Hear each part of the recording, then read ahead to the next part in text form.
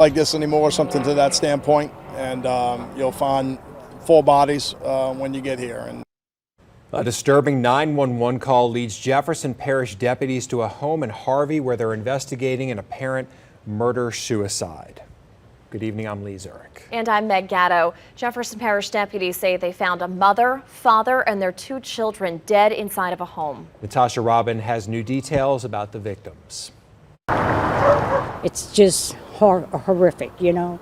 Neighbors in shock. This is a sad situation because you can see the houses coming down, falling apart, and just none of us never even took notice that these people maybe needed help.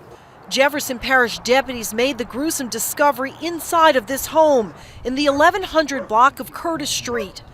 4 members of a family, the mother, 45-year-old Joanna Regis, the father, 43-year-old Timothy Regis, their 13-year-old son Timothy, and 20-year-old stepson Eric Thornblom. House is pretty deplorable inside itself, but there's some notes along with weapons that indicate that looks like it's going to be some type of murder-suicide. 911, what's your emergency, please? Sheriff Joe Lapinto says his deputies received a disturbing 911 call at 7:50 Thursday morning from the father. It was short. The dog's in the backyard, and you know we can't live like this anymore. Something to that standpoint, and you'll find 4 bodies when you get here, and that's what we found, unfortunately. Lapinto says it's still unclear if the father and mother carried out the murders together or if the father acted alone. It looked like financial problems and stuff have led to, a destitute situation, and they took it into their own hands, unfortunately, this morning. So I recently noticed in about probably the last month that the vehicle was missing and they were walking everywhere they went.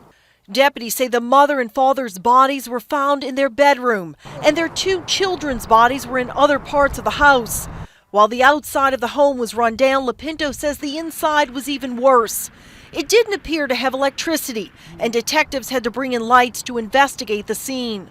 They wasn't friendly with nobody. As long as I've been living here, they wouldn't talk to nobody, and they kept themselves. Neighbors are upset, wishing they could have done something to prevent the tragedy. It's a sad situation because they said there's no light bulbs in the house, trash knee deep. It's just horrific, and like Lapinto, I think's his name, said, probably just couldn't take no more. Meanwhile, the investigation continues into exactly what unfolded inside of the home. In Harvey, Natasha Robin, Fox 8, Local First.